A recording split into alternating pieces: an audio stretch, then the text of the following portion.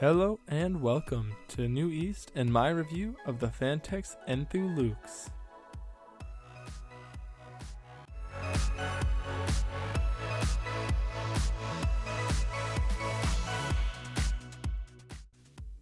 First, let's take a look around the case before diving on into the internals of this full tower chassis from Phanteks. As for the dimensions, this case sits 560mm high by 235mm wide and 550mm deep. For those of us in the Imperial system, that's 22.04 inches tall, 9¼ inches wide, and 21.65 inches deep.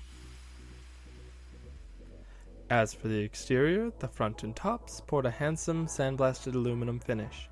Speaking of the front, similar to its little brother the Enthoo Pro, the Luxe houses 3 5¼ inch bays, with the fourth being a cover for the front I/O, which is comprised of 2 USB 2.0, 2 USB 3.0, 3.5mm mic and headphone jacks, as well as a reset button, and one new addition, a LED control button that allows the user to scroll through any of 10 colors, being white, purple, yellow, teal, pink, light green, blue, red, dark green, and orange.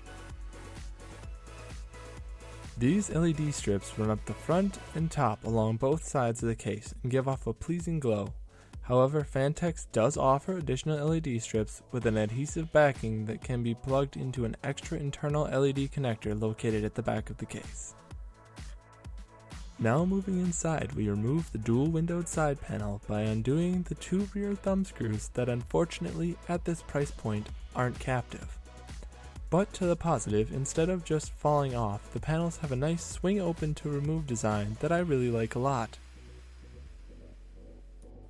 As for the cooling tour, starting at the front behind a filtered intake, we find the included 200mm fan with support for dual 140 or 120mm fans.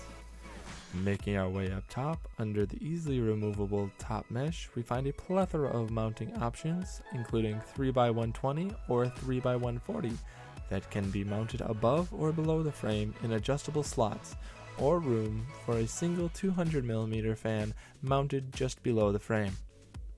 Moving to the rear, we find support for 140 or 120mm fans with more adjustable mounting strips. Just below that, there is a dedicated rear reservoir mount, and continuing down to the bottom in the front, we find a filtered dual 120 or single 140 mounting location. I'm glad to report that this case is entirely dust-proofed with filters front, top, and bottom. Moving to the guts of the case, the first thing that catches my eye is the stealthy looking cover at the front that sports the Phanteks logo and hides the 6 3.5 inch or 2.5 inch drive caddies. Moving towards the rear of the case, we find the motherboard tray with a large CPU cutout for easy cooler swaps, as well as 8 PCI expansion slots and pre-installed motherboard standoffs that support boards all the way up to eATX form factor. As for GPU clearance in this case, without removing the drive cages, the max card length is 374mm or 13.66 inches. With the cages removed, clearance extends all the way out to 472mm or over 18.5 inches, much longer than the longest GPU that I have knowledge of. Around the tray, we find a multitude of appropriately grommeted cutouts, up top, in the front, and down below. Looking below the motherboard tray, we find an optional stealth power supply cover with a single grommeted cutout.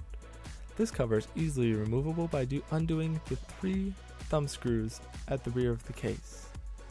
After flipping the case around and undoing the thumb screws that hold on the solid rear side panel, we find the 6 rear accessible 3.5 or 2.5 inch wing locking drive caddies that I have alluded to earlier. These 2 3-drive cages are fully removable with only a few thumb screws. Also at the back, we find many well-placed hook and loop cable management straps, as well as strategically placed cable tie-down points. Another great inclusion with this case is the included 6-way PWM fan splitter that can be relocated slightly below its original mounting position if need be. Rounding out our tour of the rear of this case, we find 2 well-placed drop-and-lock style SSD brackets. There are, however, a few extra accessories and design decisions with this case that may make it attractive to you.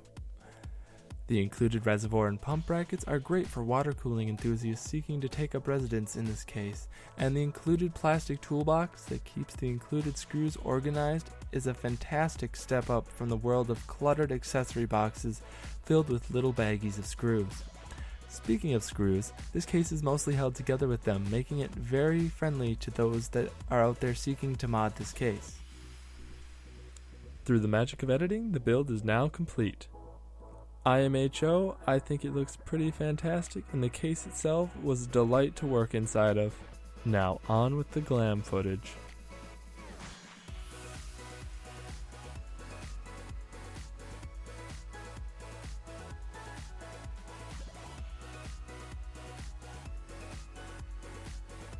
That about wraps up the video, folks. Love it? Hate it? Do show it below with the like and dislike buttons accordingly. If you did like it, do get subscribed and leave a suggestion for more future content. Till then, I'm Zach with New East Media, and I will be seeing you in the next video.